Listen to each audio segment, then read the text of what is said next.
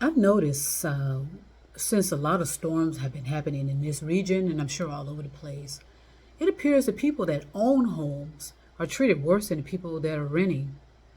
Has anybody ever noticed that or even consider it? It's like, I think as everything, we were sold a bag of smoke and mirrors. You know what I mean? There's just smoke and mirrors and everything that been told about what you what you need to be considered as successful. And in my opinion, I prefer something really simple, not necessarily simple, but just in an area where all the resources are there, basically.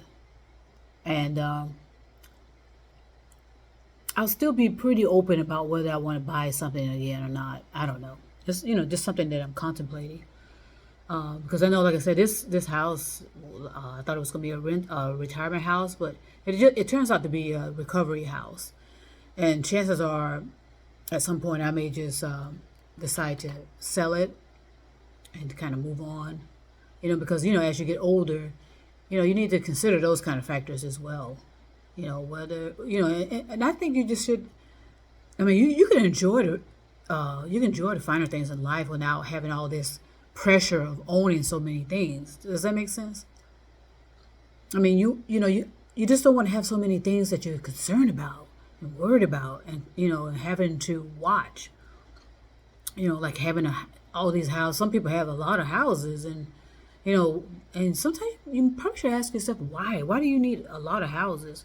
But that's to each But again, we need to think a little differently than we have been taught to do or taught was successful or not. And to me, it's just to have less burdens on me.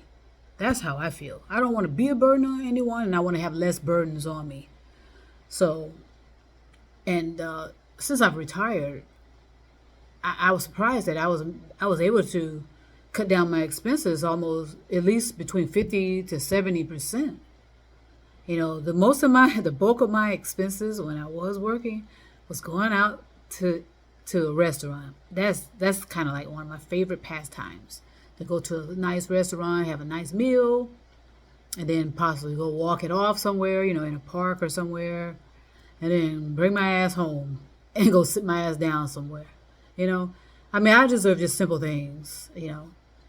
Um, and again, I just don't like to have a lot of burdens on me.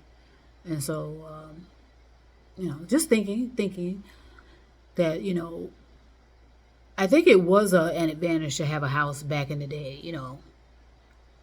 But since the climate is all up and down and the storms are up and down, like I said, some of these private homes, still have water surging in their backyards. And what can they do about it? But if you were renting that, you know what I mean? You can just abandon it and let the owner worry about it. So there's always things to consider, and know what's important to you. Know what's important, know what you need, and you can still have a great time and enjoy the finer things in life without having all these burdens on you and worrying about this property, that property, worry about this bill, that bill. Just kind of simplify it. You know, that's some unsolicited advice for 224, 2023. It's still Friday. Yep, still Friday. So I thought I'd share that just to have you have something to think about when you're contemplating and meditating. And I hope you are meditating. That's the key to getting out of well, not getting out of it, but giving you some options as to how to be safe and protected. Okay, meditate on it. No thought meditation. Concentrating on the air going in and out of your nose. And go into meditation, like I said, with a clear mind. No, don't make no demands, don't make no wishes. Just go in there and focus on the breathing. Okay? Please do it. It does make a difference. Peace and love. Talk to you soon.